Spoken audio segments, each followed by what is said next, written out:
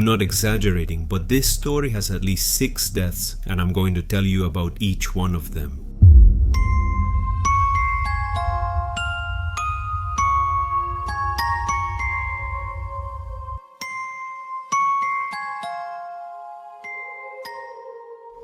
My life was full of strange situations, some that were actually paranormal and others that were a bit more intense, like family tragedies.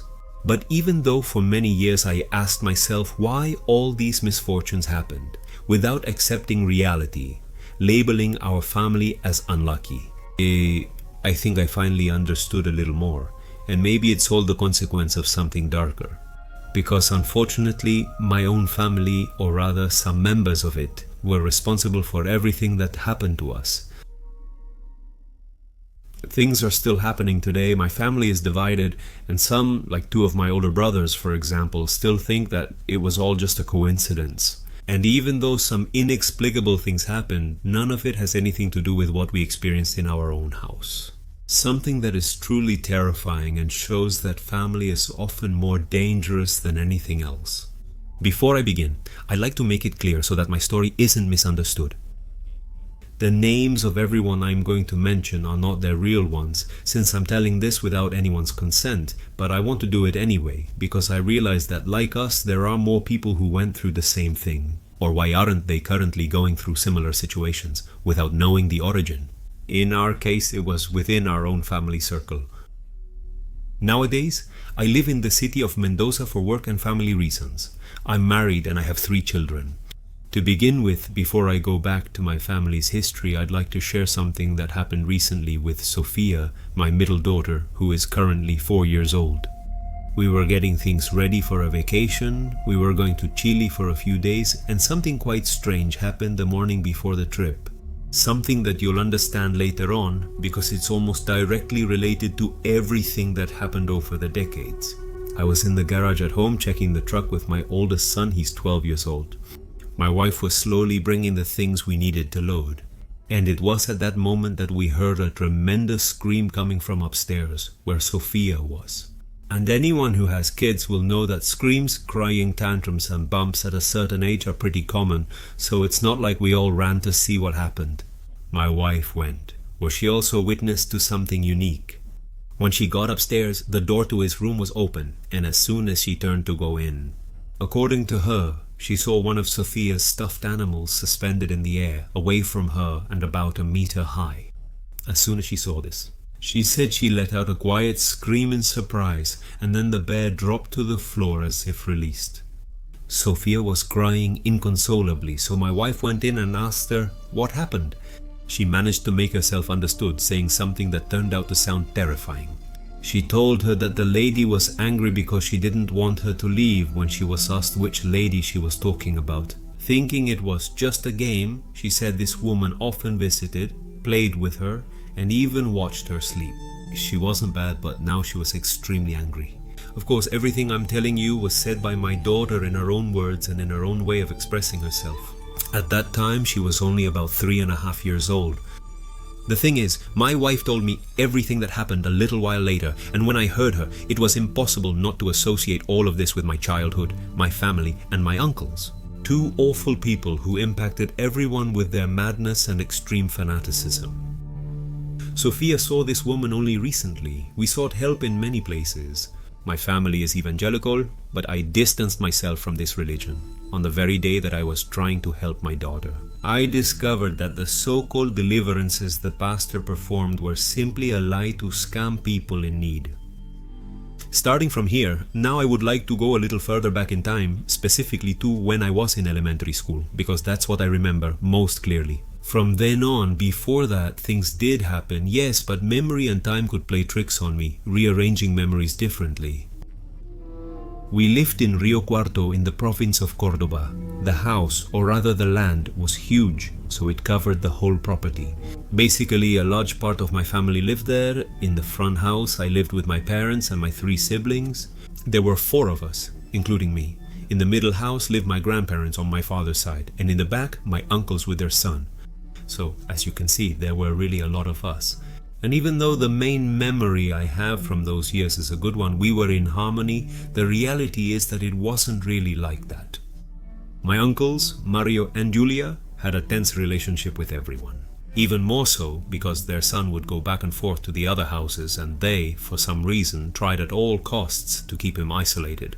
I learned about all this years later since I had no idea why it was happening at the time. After around age 12, I accidentally overheard my older brother talking to my parents. He said my uncles were crazy for what they were doing and that things would get complicated soon. It turned out that Mario and Julia were two people connected to the spiritual world, nothing related to evangelicals like the rest of the family or any other religion. They, completely going against the family tradition, leaned towards occultism, but it wasn't a coincidence. Mario was my old man's brother, and he had never been interested in those things, supposedly, until he met Julia. She did come from a family steeped in these matters and was the one who taught him everything.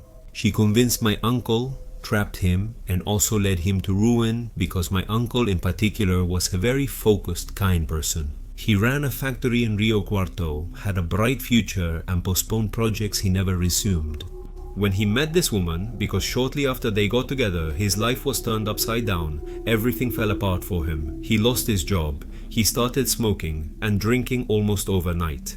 This caused him to distance himself from his family. Even though they all lived on the same property, an important detail is that my uncle's son was not Julia's. He was from his first and only marriage, but unfortunately this woman had died during childbirth. My uncle recovered, and about 4 years later, that's when he met Julia.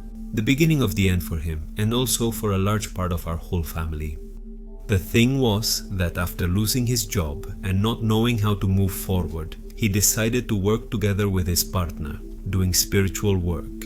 And here, I would also like to warn anyone listening to this that a large part of the work they did, I'm not saying everyone is the same, were simply scams. They just took money from those who needed it most, promising an improvement that simply would never come because they didn't do anything. These were, on several occasions, the words of my dad and my grandmother. That's why I'm saying them. But there was also the other side, because they knew how to handle energies, entities, spirits. They were very clear on how to make a certain thing happen no matter the cost. And I'm saying this for a very specific reason. My grandmother was the one who discovered, buried in the garden of our house, a jar with the photo of one of her grandchildren. Do you know who my cousin was? In this jar, there wasn't just his photo. There was also a lock of hair and a liquid that, according to her, had an overwhelming smell of urine. And it probably was. That day, my grandmother confronted my uncle and his wife, showed them this, called them crazy, and asked what they wanted to achieve with that work. We never knew if it was just Julia's doing since they completely removed themselves from the situation. But it didn't end there. Julia remained very angry with my grandmother. After that afternoon, she never spoke to her again, and my uncle followed suit, as if he obeyed her without question. And the truth is, that's how it was, more or less about 2 weeks later.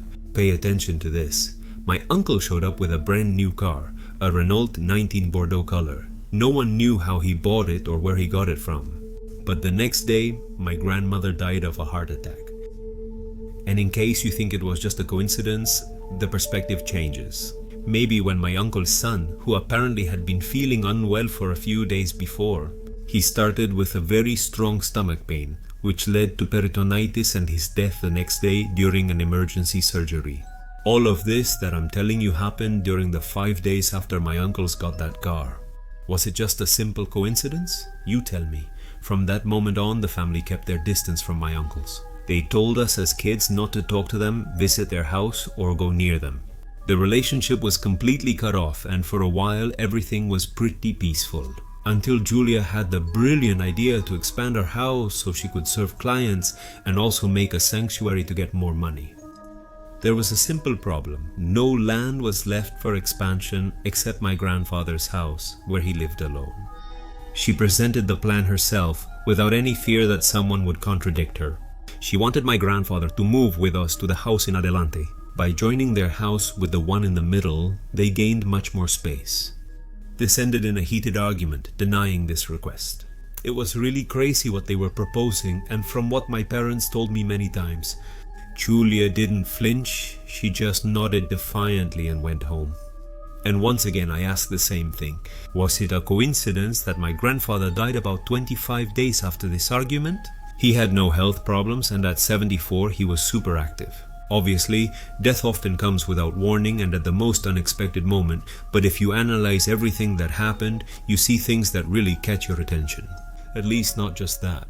My old man started having stomach discomfort, constant headaches, bad mood. He was feeling bad, but he attributed it to stress. What he was going through wasn't easy at all. Even more so because my uncles, the day after the funeral, which they didn't even attend, were already claiming my grandfather's house. My dad refused again. He didn't accept that the property was occupied to build a sanctuary to who knows what deity. Luckily, my old man's discomfort didn't get worse, and even though he got a lot better, some ailments remained as chronic. The thing was that the years went by, and my uncles, far from getting better, kept getting worse. They were people who hardly ever went outside. They only received clients or friends who shared their customs. Of course, and on one occasion my mom argued with both of them over an issue in the garden and some trash that had piled up. When I heard that the tone was pretty aggressive, I stepped in to defend her. I was 19 years old at the time. This fight ended quickly. We cleaned up the trash ourselves, but from that moment on something changed. Julia, during this argument, told us something that we only took seriously afterwards. She said that the time would come when all of us would leave that place because she was tired of putting up with us every day. And since that confrontation, countless things started happening at home that tormented us for years. Something extremely common, and it was the first thing that started to happen. It's seeing a black shadow wandering around the house at night. Did you see it in your room when you woke up, or maybe passing through the hallway or in the kitchen? Everywhere, but it didn't simply wander among us. Over time, various objects in the house. Usually they fell at night or early morning, but sometimes during the day, and it wasn't just a small decoration falling. For example, heavy objects would fall, things too heavy for the wind to move or to fall by themselves. One night, even my older brother woke up, according to him, because he heard a noise, and as soon as he sat up to look out the window, just like that, his bed moved completely on its own. With him on top, it slid over a meter and crashed into the closet. He ran out, frightened and confused. Of course, another detail to keep in mind was that we started having sleep paralysis several times a week. And, strikingly, all of us at the same time. We saw two things during these episodes. This black shadow I mentioned, and something else, which you'll understand if you recall what I told you, explain my current fear and concern. We saw a very thin, white-haired lady with a cadaverous face who would just watch us or touch us with her hand. But both her appearance and what we felt were horrible, making us realize that her intentions were not good at all. Curiously, my daughter is seeing this same woman because she described her exactly the same and she never knew about this. None of my children know because we never discussed it, not because we're hiding it. The best thing you can do is keep your children away from this, so that, on one hand, they don't get influenced, and on the other, so they don't worry unnecessarily. It's up to us as parents and adults to take action and see how we can help them without harming their childhood. I hope what I'm saying is clear. Returning to the story, time passed, and we endured it as a family. We asked the church for help, and they would come at least once a week to bless the house. But it was only temporary, as the pastor himself said, since we were at the center of a portal that brought nothing good. My uncles continued as usual, taking over my grandfather's house, building a shrine, and each day the atmosphere grew worse. You can imagine that we couldn't invite friends over or celebrate birthdays or anything in particular. Actually, we could have done it, but no one, not even us, felt comfortable. The last straw was when my old man decided to subdivide the land, sell it, and move out of there. This news was very badly received by the people in the back, who immediately opposed it. My dad said if they wanted the house so much they could buy it, but they wouldn't. On one hand, they didn't have the money, but I also think they wanted to kick us out in the worst way, and that's what happened. The subdivision was never done because my mom got sick with cancer. Soon after her diagnosis, my dad fell off a ladder and was paralyzed by a severe neck injury. To sum up this part, which is very painful for me, my parents both passed away that same year, 4 months apart. First my mom, then my dad. That was the point when, with my siblings, there were only 3 of us at that time. Fabian had moved in with his partner, so we decided to leave. we left almost everything except our clothes and moved out temporarily. We visited my mom's sister. Since we were all working adults, we had to plan our next steps carefully and start a new life somewhere else, far away from that hell. But about a week later, maybe I made a mistake. I was the one who went back to the house to get some clothes I had left behind and also some books from college. My aunt greeted me with a very ironic smile. By the way, they had already taken over the house and she didn't let me in. She handed me what I asked for in a garbage bag, then said something I never understood before I left. Because honestly, I don't know if it was in another language or if I just didn't hear her well at that moment. But the thing is, from that moment on, I felt like something came with me. I'm not sure if it was just suggestion or something more, but I assure you that woman was truly evil. I felt it for many years, until a pastor cleansed me, to put it simply. According to him, I had a demon attached to me. My uncles died, and I believe they deserved it after causing harm for years. The cause was never known, but all 3 houses caught fire. It began in the middle at my grandfather's house while they slept, then spread to the other 2. Nothing was left. Maybe, and this could have just been an electrical short circuit, or, as I like to imagine, fate itself took revenge in the worst way. And now, going back to the present, I already told you what happened with my daughter that time, before the trip. It turned out that after we came back, my little girl kept saying she saw this woman and that she was getting angrier each time. We sought help right away. Do you know when? When we saw a scratch on her back, it just didn't make sense. We went to the evangelical church even though we rarely did, knowing it was the best option, even more so because a certain pastor was known for performing impressive deliverances. We told him everything, but it was very distressing and his help was conditional. He didn't say it like that, of course, but he implied it by asking for financial help from us for the church.